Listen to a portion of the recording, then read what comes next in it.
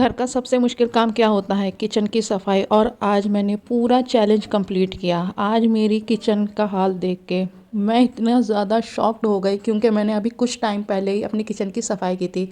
हाँ, मैंने ऊपर वाले स्लैब की सफाई नहीं की थी, मैंने ऐसे ही झाड़ दिया था। लेकिन जब मैंने आज पूरा और अच्छे से डीप क्लीन किया तो मतलब इतनी ज़्यादा गंद निकली ना। भले ही आप हर रोज़ कितना भी अपने किचन को साफ़ करते रहो, लेकिन थोड़ी बहुत तो गंदगी इकट्ठी हो ही जाती है। तो हेलो माय यूट्यूब फैमिली, कैसे हैं आप सभी? उम्मीद करती हूँ आप सब लोग खूब मज़े में होंगे, खूब एंजॉय कर रहे होंगे और आप लोगों ने भी अपने घर की पूरी अच्छे से सफाई कर दी होगी रमज़ानों के आने की खुशी में। तो मैं भी यहाँ पे अपनी किचन को और अच्छे से डीप क्लीन कर रही हूँ और आप लोग देख सकते हैं मेरा किचन अभी भी अच्छा खासा गंदा हो रहा है, जबकि मैंने शब बारात पे साफ़ सफाई की थी। लेकिन मैंने ना नीचे का जितना ही पोर्शन है उसकी साफ़ सफाई की थी। ये जो ऊपर वाला स्लैब है ना, इसकी ज़्यादा मैंने क्लीनिंग नहीं की थी, क्योंकि मुझे रमज़ान से पहले भी एक बार और अच्छे से अपनी किचन को बढ़िया से साफ़ करना था। जिस तरह से हमें अपने घर की साफ़ सफाई करनी चाहिए रमज़ानों के आने से पहले, बस उसी तरह से अपने दिलों की भी साफ़ सफाई कर लेनी चाहिए। बहुत सारे लोग ऐसे हैं जो रमज़ानों में भी अपने दिल में लोगों के लिए कीना रखते हैं, दूसरों के लिए बुराई रखते हैं। दूसरे ने अगर उनके साथ में कुछ बुरा करा होता है तो वो सारी ज़िंदगी उसको लिए बैठे रहते हैं। अल्लाह ने कहा है कि तुम मेरे बंदों को माफ़ कर दो, मैं तुम्हें माफ़ कर दूंगा। तो अगर बाई चांस आपका किसी ने दिल दुखाया भी है तो इस रमज़ान में उसको माफ़ कर देना। क्यों? क्योंकि देखें, आप चाहते हैं कि आपका अल्लाह आपसे राज़ी हो जाए, आपको वो माफ़ कर दे, तो दूसरों को माफ़ करना सीखें। तो इस रमज़ान सिर्फ अपने घर की साफ़ सफाई नहीं करनी है, अपने दिलों की भी साफ़ सफाई करनी है। देखें, जिस तरह से हमारा घर साफ़ सुथरा होने के बाद बहुत अच्छा लगता है, बस उसी तरह से अगर आपको किसी से नाराज़गी है ना, कीना एक तरह से ये हो गया कि दूसरों का बुरा सोचना। लेकिन अगर किसी ने आपके साथ में ही बुरा किया है और फिर आपका दिल उससे नहीं मिल रहा है तो कोई बात नहीं है, आप उससे बातचीत नहीं करें, लेकिन सलाम दुआ ज़रूर रखें और जो भी आपके दिल में उसकी तरफ से बात आ गई है उस बात को ख़त्म कर दें। क्योंकि देखें, जहाँ पानी, आप इस तरह से बात को समझ लें कि एक गड्ढा है, उसके अंदर पानी भर दिया जाए और वो पानी कभी नहीं निकले, तो समझ लें उस गड्ढे में पड़े पड़े पानी गंदा हो जाएगा। बस उसी तरह से आपके दिल में भी अगर कोई बात रह गई किसी के लिए, तो उस इंसान का तो कुछ नहीं बिगड़ेगा, आपके दिल में बहुत ज़्यादा बुराई आ जाएगी, यहाँ तक कि आपके मिजाज में भी ख़राबी आ जाएगी। तो कोशिश यही करना है कि लोगों के साथ में अपना जो भी है मतलब नाराज़गी है या किसी ने आपके साथ में कुछ भी गलत करा है तो नज़रअंदाज कर दें, माफ़ कर दें, है ना। अल्लाह से माफ़ी चाहते हैं, नहीं चाहते हैं, अल्लाह हमारे ना जाने कितने गुनाहों को माफ़ कर देगा। तो अगर वो कह रहा है कि मेरे बंदों को भी तुम माफ़ कर दो, मैं तुम्हें माफ़ कर दूंगा, तो मुझे नहीं लगता कोई भारी या महंगा सौदा है। अगर हम किसी को माफ़ कर देंगे और अल्लाह हमें माफ़ कर देगा तो मुझे लगता है ये बहुत ही सस्ता सौदा है। और मुसलमान को तो हर सस्ते सौदे पे शुक्र भेजना चाहिए, जब उसका अल्लाह राज़ी होने के लिए तैयार है एक छोटी सी बात पे कि हम किसी को माफ़ करें और फिर अल्लाह हमें माफ़ कर दे, तो मुझे ऐसा लगता है कि हमें माफ़ कर देना चाहिए, है ना। और देखें, दिलों में बुराई रखने से या किसी का बुरा सोचने से हमारा कोई फैज़ तो हासिल नहीं होगा। तो बेहतर यही है कि सबके लिए खैर मांगी जाए, ताकि हमारे लिए सब अच्छा हो जाए, है ना।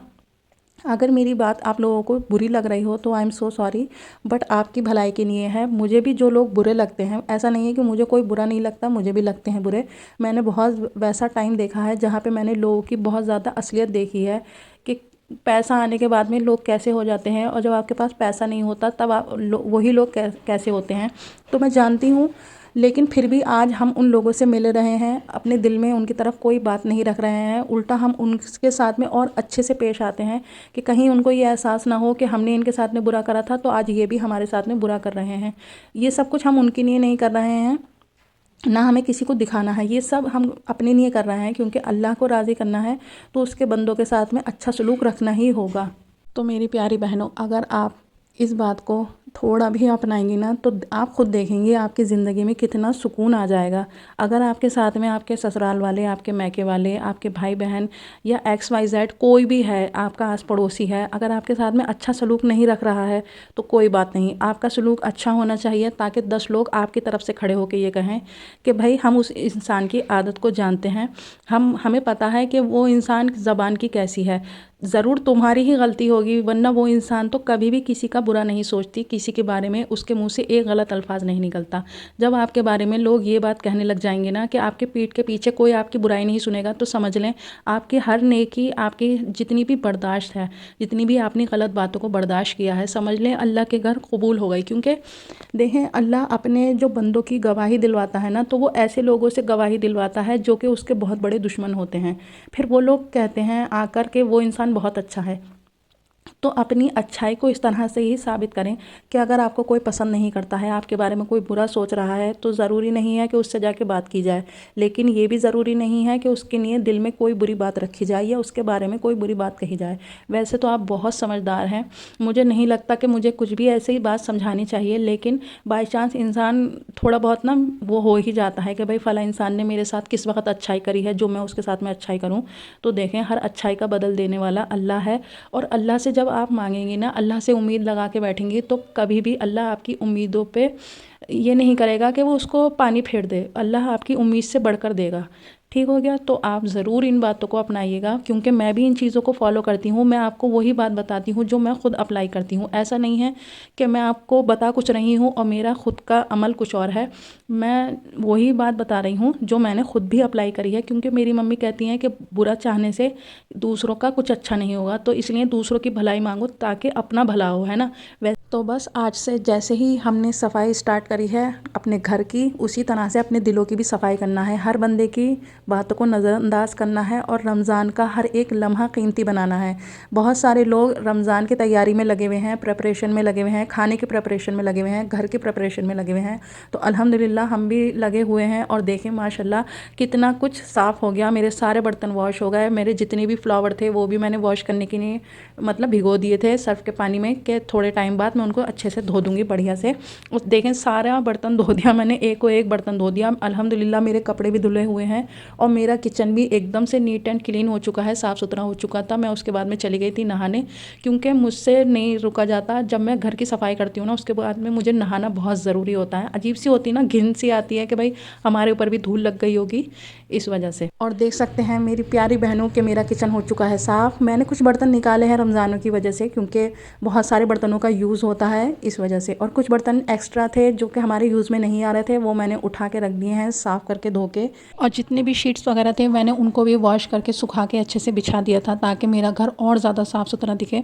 अगर आपको सिंपल घर की ज़िंदगी, किचन व्लॉग्स और दिल से निकली हुई मोटिवेशन पसंद है, तो यूपी गर्ल डेली व्लॉग को ज़रूर सब्सक्राइब करें। यहाँ मैं शेयर करती हूँ रोज़मर्रा की लाइफ, डीप क्लीनिंग, मोटिवेशन और शुक्र के साथ पॉजिटिव सोच। आप सब इस छोटी सी फैमिली का हिस्सा ज़रूर बने और मेरे साथ ग्रो करें। अगर आप लोगों को ब्लॉग थोड़ा भी पसंद आया हो, तो मेरी प्यारी बहन मेरे चैनल को सब्सक्राइब ज़रूर कर लेना। अपने किसी फैमिली फ्रेंड में ज़रूर शेयर करना मेरे इस ब्लॉग को। वीडियो को लाइक करना और कमेंट करके मुझे ज़रूर बताना कि आप अपने घर की किचन क्लीनिंग कैसे करती हैं। और अगर आप लोगों को मेरी इस ब्लॉग से थोड़ी भी मोटिवेशन मिली हो, थोड़ा भी आप इंस्पायर हुई हो, और आपको मेरी थोड़ी सी भी बात पसंद आई हो, तो कमेंट में मुझे ज़रूर बताना। अपना बहुत ख्याल रखना, क्योंकि आप ही अपने घर की मेन पॉइंट हैं। कहते हैं ना कि घर की नींव जो होती है ना, पूरे घर को संभाल के रखती है। तो हर औरत और हर लड़की अपने घर की एक मजबूत नींव है, जो अपने घर को मजबूती से पूरे घर को संभाले रखती है। मैं करूँगी अपने ब्लॉग का यहीं पर एंड। मैं फिर हाजिर होंगी आप सभी लोगों के साथ में अपने एक न्यू ब्लॉग के साथ। अपना बहुत ख्याल रखना, मेरी वीडियो को लाइक कर देना, चैनल को सब्सक्राइब कर लेना। फिर मिलते हैं, bye bye and take care.